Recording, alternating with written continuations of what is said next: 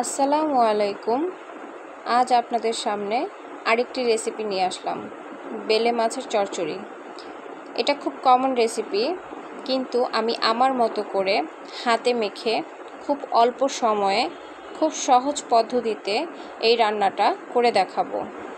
এই রান্নাটা সকলেরই জানা, কিন্তু আমি আমার মতো খুব সিম্পলভাবে এই রান্নাটা করে দেখাবো। যদি এভাবেই রান্না করে থাকেন তাহলে অবশ্যই আমাকে কমেন্ট বক্সে জানাবেন।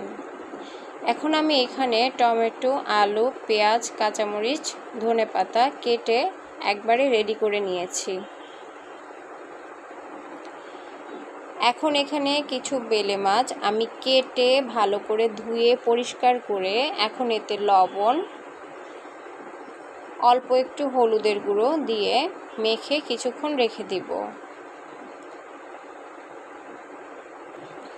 একটু ভালো করে মাছগুলো হলুদ লবণ দিয়ে মেখে রাখতে হবে। এখন একটি কড়াইয়ে একে একে পেঁয়াজ কুচি,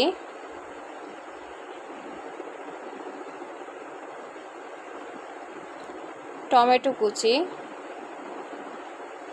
ফালি করা কাঁচামরিচ এবং আলু কুচি। এখন মশলাগুলো অ্যাড করব। 1 চামচ হলুদ গুঁড়ো, 1 চামচ মরিচ গুঁড়ো, 1 চামচ ধনিয়া গুঁড়ো,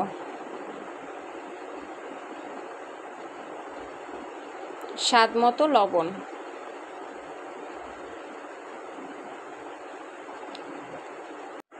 এখন আধা চা চামচের থেকেও একটু কম আদা রসুন বাটা। ছোট মাছের চচ্চড়িতে আদা রসুন বাটার পরিমাণ কম থাকলে ভালো হয়। এখন পরিমাণ মতো সাদা তেল দিয়ে আমি এই মিশ্রণগুলোকে ভালো করে হাতে মেখে নিব। একটু ভালোভাবে মাখতে হবে যেন সবগুলো মিশ্রণ একসাথে মিশে যায় আর একটু নরম হয়ে যায়। এখন এই মিশ্রণটা কষানোর জন্য যতটুকু পানি দিতে হয় আমরা ততটুকু পানি দিয়ে চুলায় বসিয়ে দিব।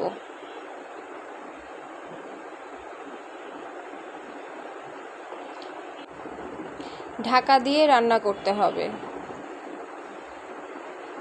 ঢাকনা উঠিয়ে একটু পরপর তরকারিটা নাড়াচাড়া করতে হবে। আরও ভালো করে কষানোর জন্য এটা আবারও ঢাকনা দিয়ে রান্না করতে হবে। পানিটা প্রায় অর্ধেকের বেশি শুকিয়ে আসলে তখন আমরা মাছটা দিয়ে আরেকটু কষাবো। রান্নাটা এমনভাবে করতে হবে যেন মাছ দেওয়ার আগে আলুগুলো অর্ধেকের বেশি পরিমাণ সেদ্ধ হয়ে যায়। আমার এখানে আলুটা অর্ধেকের বেশি সেদ্ধ হয়ে গেছে। এখন আমি হলুদ লবণ মেখে রাখা মাছগুলো একে একে দিয়ে দিব।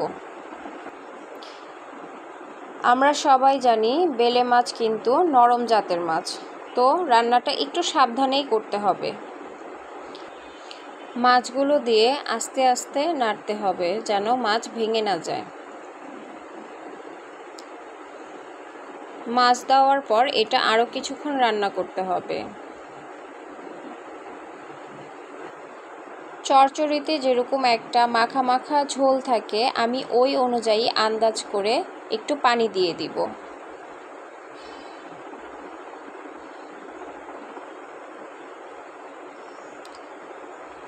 দুই থেকে 3 মিনিটের মতো ঢাকনা দিয়ে আমি তরকারিটা রান্না করব। এখন ঢাকনা উঠিয়ে চচ্চড়িটা নাড়তে হবে, কিন্তু আমি কোনো খুন্তি দিয়ে নাড়ব না। আমি যেভাবে নেড়েছি ঠিক ওইভাবেই নাড়তে হবে, নইলে মাছগুলো ভেঙে যাবে। এখন ধনেপাতা দিয়ে 2 মিনিটের মতো রান্না করলেই হয়ে গেল আমার বেলে মাছের চচ্চড়ি। সাদা গরম ভাতের সাথে এই বেলে মাছের চচ্চড়িটা খেতে খুবই মজাদার। মুখে স্বাদ লেগে থাকার মতো এই বেলে মাছের চচ্চড়িটা আপনারা বাসায় ট্রাই করে দেখবেন এবং কেমন লাগলো তা অবশ্যই আমাকে কমেন্ট বক্সে জানাবেন। আজ এই পর্যন্ত। সবাই সুস্থ থাকবেন, ভালো থাকবেন আর বেশি বেশি করে পানি খাবেন। আল্লাহ হাফেজ।